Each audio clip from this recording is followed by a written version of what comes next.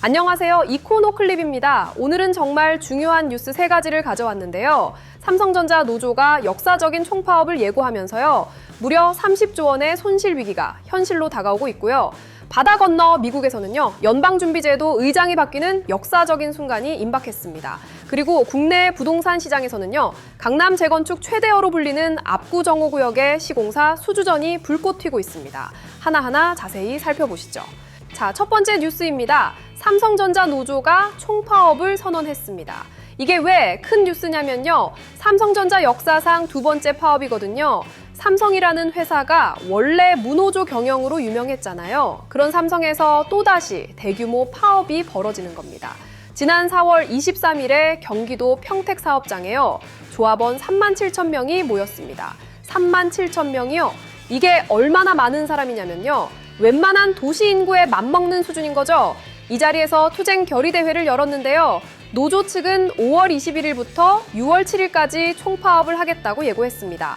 약 18일간의 파업인 거죠. 그런데 여기서 끝이 아닙니다. 노조 공동투쟁본부가 서울 용산경찰서에 집회 신고를 했어요. 어디서 하느냐? 바로 이재용 회장의 한남동 자택 앞입니다. 5월 21일 오후 1시에 50여 명 규모로 집회를 열겠다고 신고한 건데요. 이건 총파업 시작일에 맞춰서요. 이 회장에게 직접 압박을 가하겠다는 의도로 해석됩니다. 집회라고는 하지만요. 실질적으로는 총파업 개시를 선언하는 기자회견 형태가 될 가능성이 높다고 합니다. 자, 여기서 중요한 게 뭐냐면요. 노조가 뭘 요구하는지를 봐야 합니다. 핵심은 2가지예요. 첫째, 영업이익의 15%를 성과급 재원으로 지급하라는 거고요. 둘째, 성과급 상한제를 폐지하고 이걸 제도화하라는 겁니다. 이걸 좀 쉽게 설명해 드리면요. 지금 삼성전자 성과급 구조에는 상한선이라는 게 있어요. 회사가 아무리 돈을 많이 벌어도요. 직원들에게 돌아가는 성과급에는 천장이 있는 거죠. 노조는 이 천장을 없애라는 겁니다.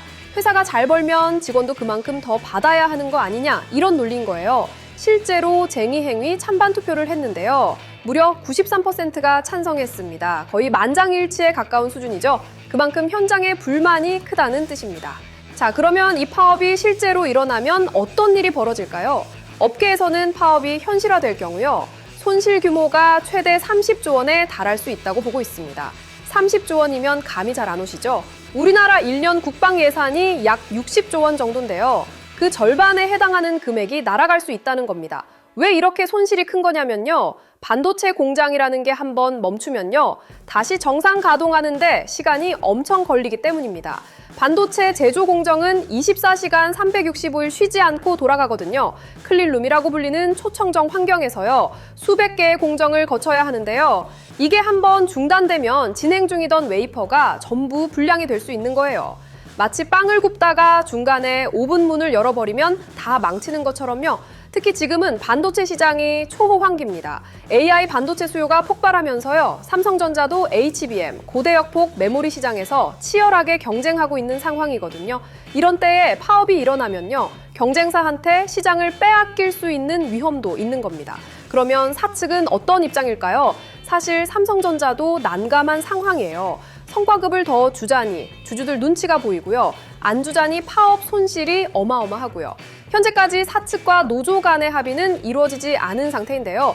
남은 시간이 약 한 달도 채 안 됩니다. 5월 21일 총파업 시작 전까지 극적인 합의가 나올 수 있을지, 아니면 정말 역사적인 파업이 시작될지, 한국 경제 전체에 영향을 줄 수 있는 사안이니까요. 계속 주목해야 할 것 같습니다.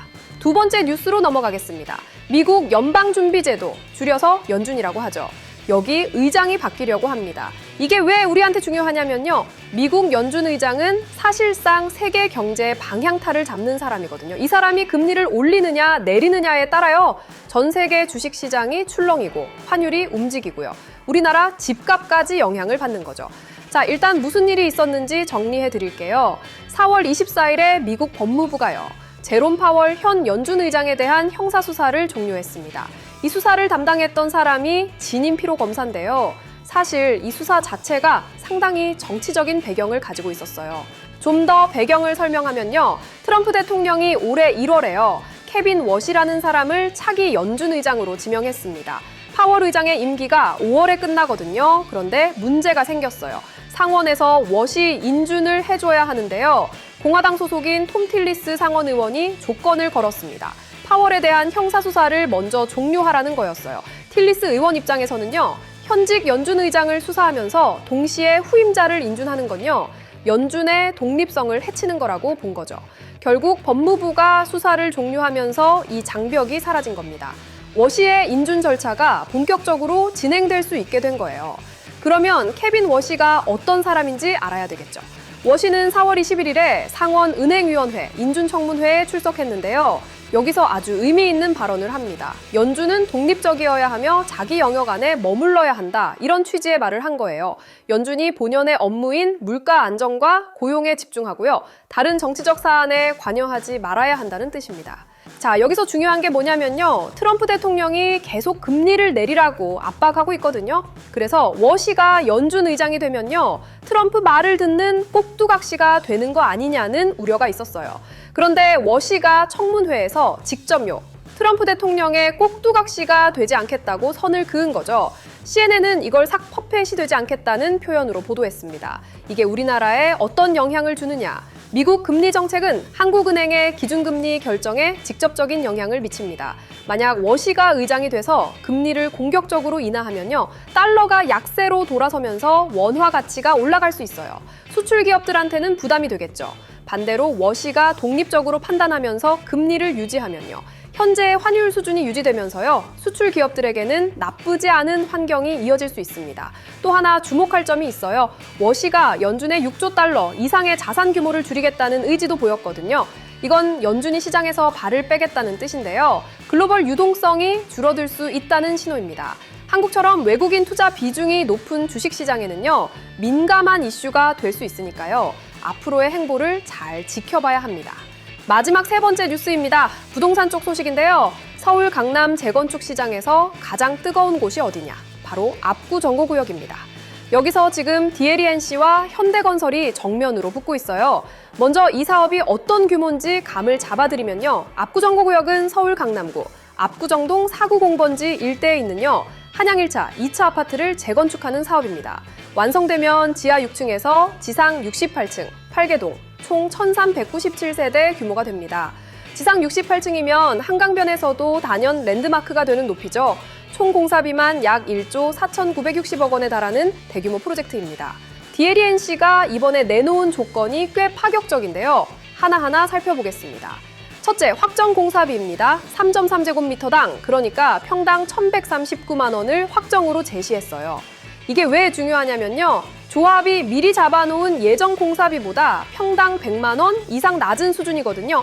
게다가 확정이라는 게 핵심이에요. 보통 재건축 사업을 하다 보면요, 물가가 올라서 공사비가 추가로 붙는 경우가 많은데요. 확정 공사비라는 건 그런 추가 부담을 건설사가 떠안겠다는 거예요.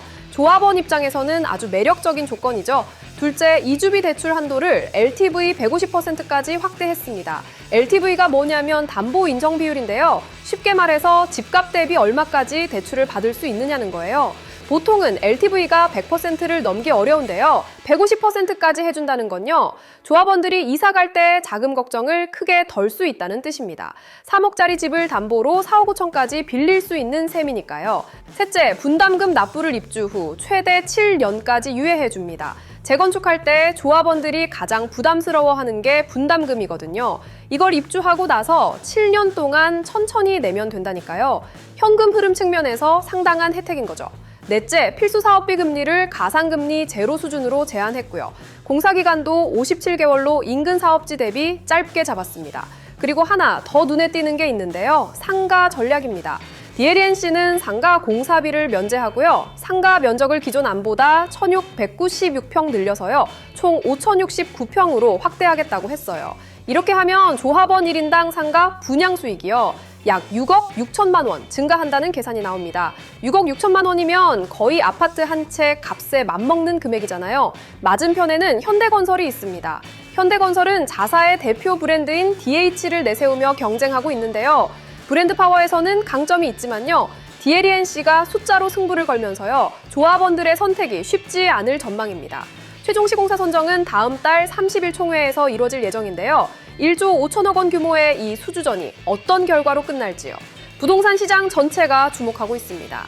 오늘 세 가지 뉴스를 정리해보면요. 공통적으로 보이는 흐름이 있습니다. 삼성전자 파업이든 미국 연준 의장 교체든 압구정 재건축이든요. 결국 핵심은 돈의 흐름이 어디로 향하느냐는 거예요. 기업의 이익을 어떻게 나눌 것인지, 금리를 어떻게 결정할 것인지, 부동산 시장의 자금이 어디로 몰릴 것인지, 이 세 가지 이슈 모두 앞으로 한두 달 안에 결론이 나는 만큼요. 꼭 관심 가지고 지켜보시기 바랍니다. 오늘도 이코노 클립이었습니다. 감사합니다.